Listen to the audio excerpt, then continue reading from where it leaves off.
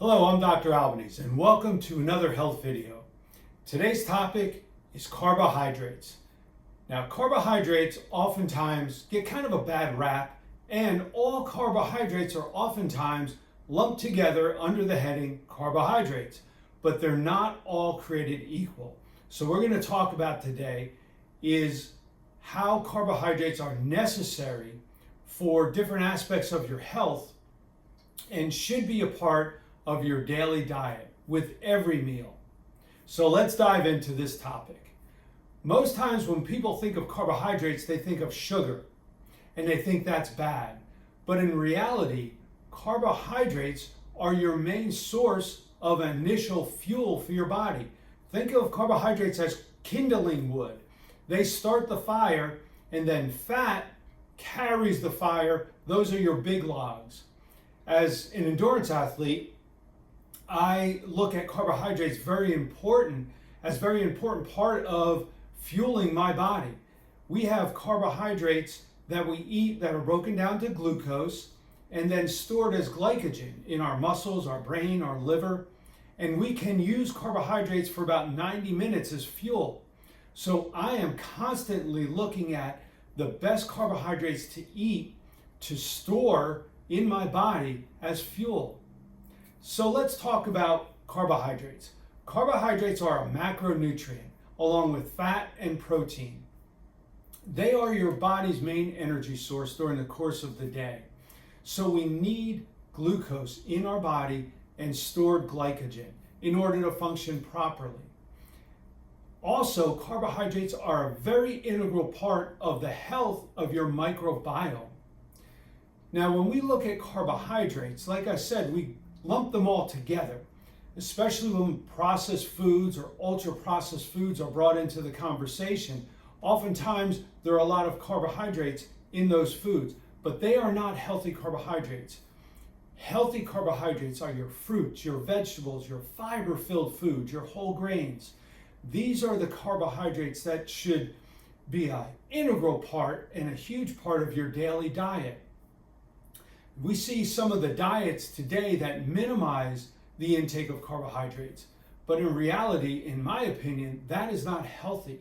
We should be eating a large part of our diet based on carbohydrates, fruits, vegetables.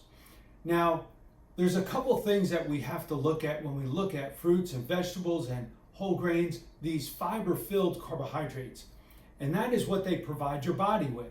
We have macronutrients, we have vitamins and minerals and micronutrients, but the only place we get phytonutrients, phytochemicals, are from fruits and vegetables, these fiber-filled foods. So if you're not eating a wide variety and a daily intake of fruits and vegetables and whole grains, you're not getting the amount of phytochemicals your body needs to thrive.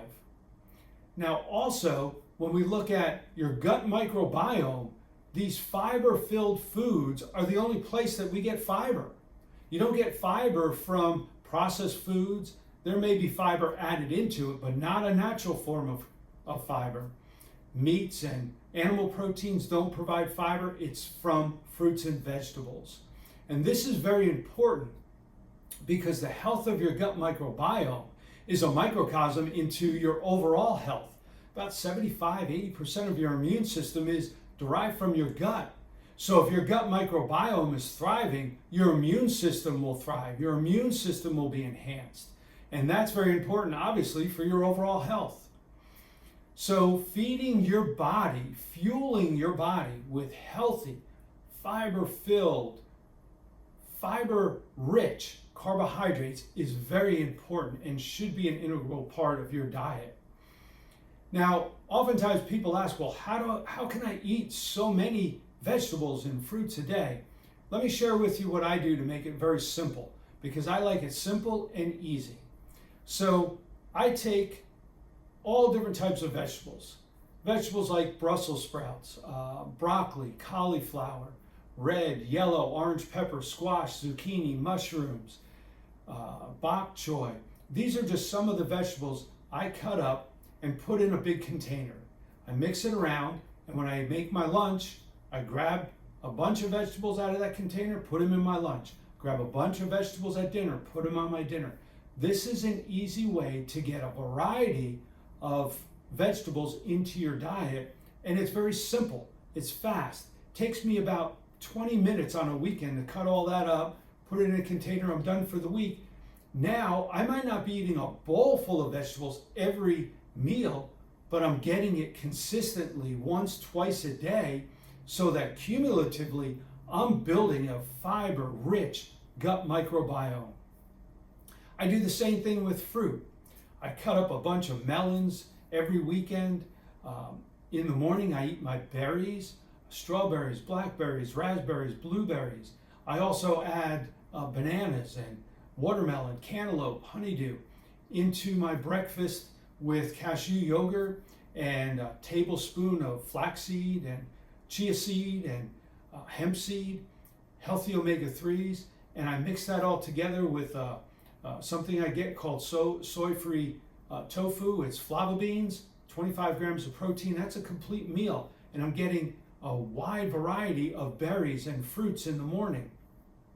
Now, I also looked at what are the most nutritiously dense foods that we can eat.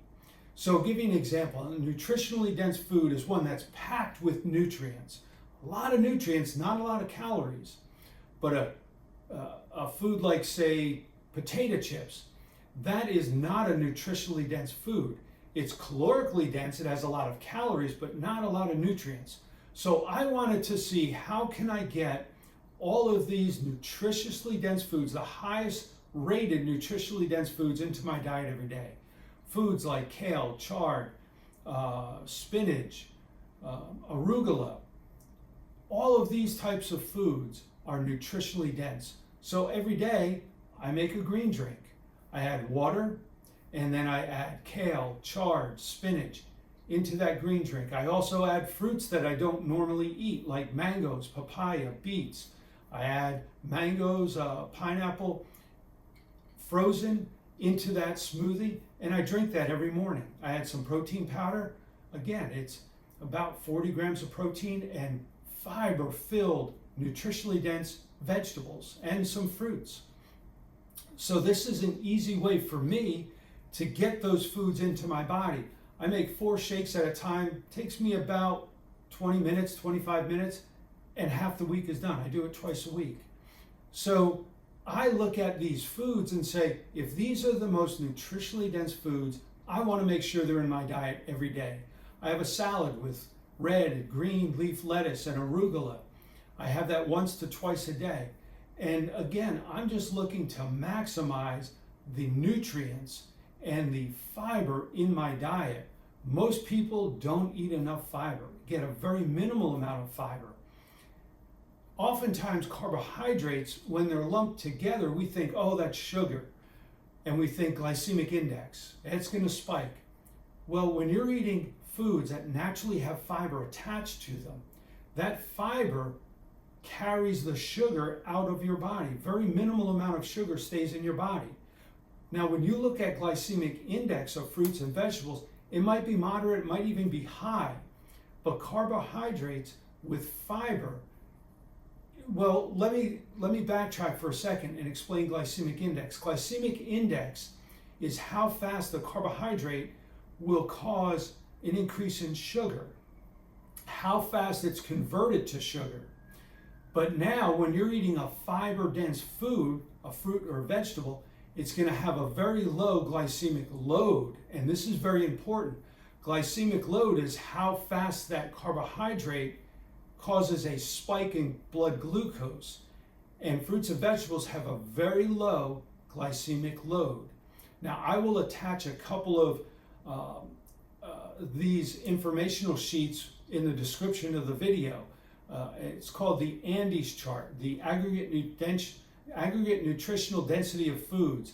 And I will also link a video that we did on glycemic index and glycemic load. We have a lot of videos on carbohydrates and fiber, glycemic load, glycemic index.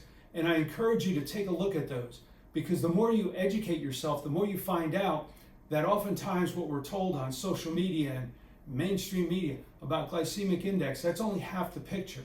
You want to learn about glycemic load. How is this a food affecting my blood glucose levels? So these are very important topics to understand and very important topics to create a foundational understanding of nutrition. So we'll include these links, and I encourage you to take a look at other videos that we made on carbohydrates and fiber, glycemic index, to educate yourself and inform yourself. So I appreciate your time. I ask that you subscribe and like this video, share it with other people, because carbohydrates should be an integral part of your diet every meal, healthy carbohydrates. So I thank you, have a great day, and be well.